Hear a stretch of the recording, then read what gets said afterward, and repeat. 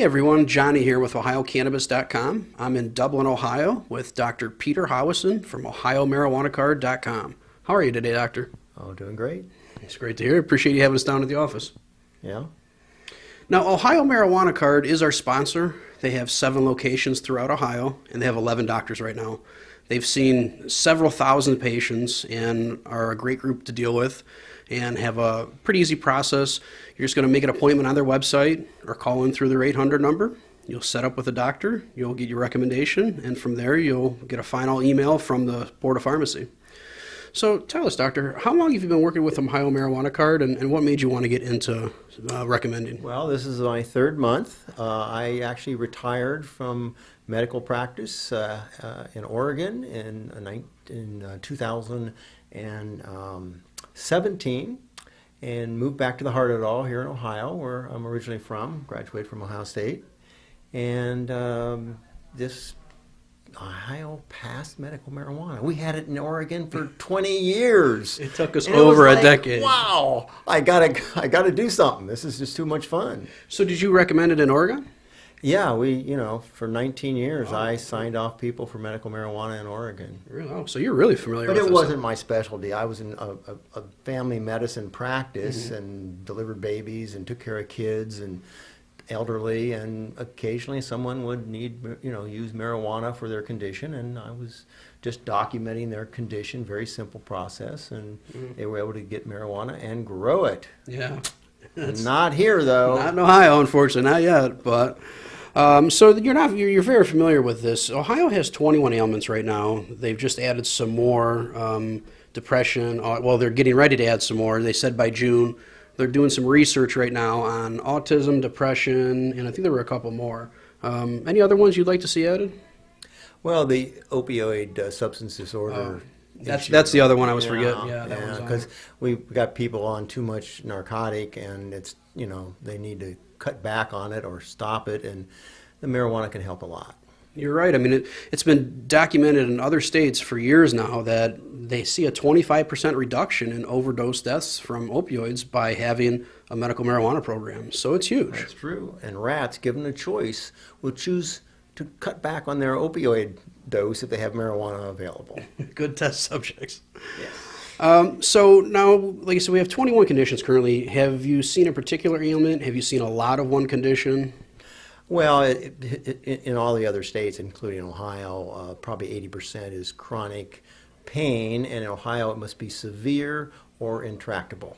Okay. And severe is always kind of subjective, but intractable just means it's been difficult to treat. So most people with chronic pain, it's chronic and it's hard to treat, and they've tried various things to help, and marijuana can work for those people because many other things haven't worked. Okay. What about any children? Have you seen any children come through yet? Yes, I have seen one which had a interesting illness called tick.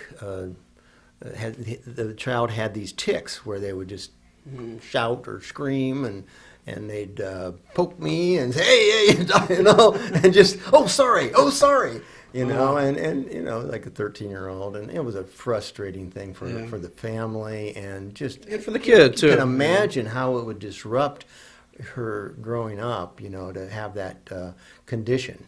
And it's a documented medical condition, and hopefully it will help her some. Well, I don't know. Yeah. I approved it. It's one on the list. Well, good. What about Tourette's syndrome. Oh, yeah, Tourette's syndrome. Tourette's syndrome. Now, what about CBD? Do you recommend that at all with your patients? Well, it's in the marijuana, so if I recommend marijuana, I recommend CBD. But if, obviously if you get CBD in higher doses, it does help with certain conditions. I think that's probably so, and of course certain seizures and other disorders it's been proven. I know that I looked into, because in Oregon we had a weird thing at the end where I was working where they were trying to discourage us from recommending marijuana, even though we'd done it for years because of a corporate takeover of the organization I was working for. And I did a lot of research on thinking, well, maybe I can just get my patients on a CBD. But you really, for most of the conditions that we're approving, you need a balance between the THC and the CBD. And that's a challenge for patients to figure out what that is.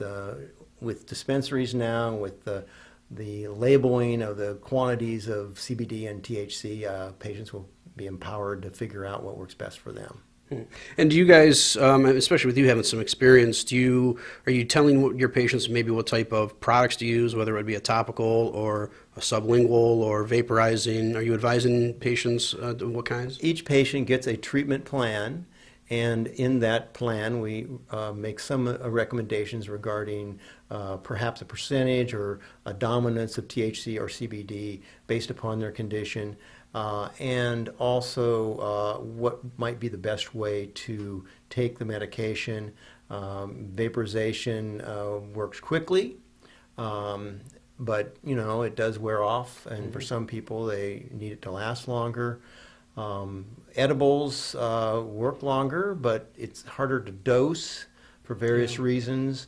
And it is possible to take too much, and unlike narcotics where you die of overdose, you have a bum trip. So you want to try to avoid It's not fun.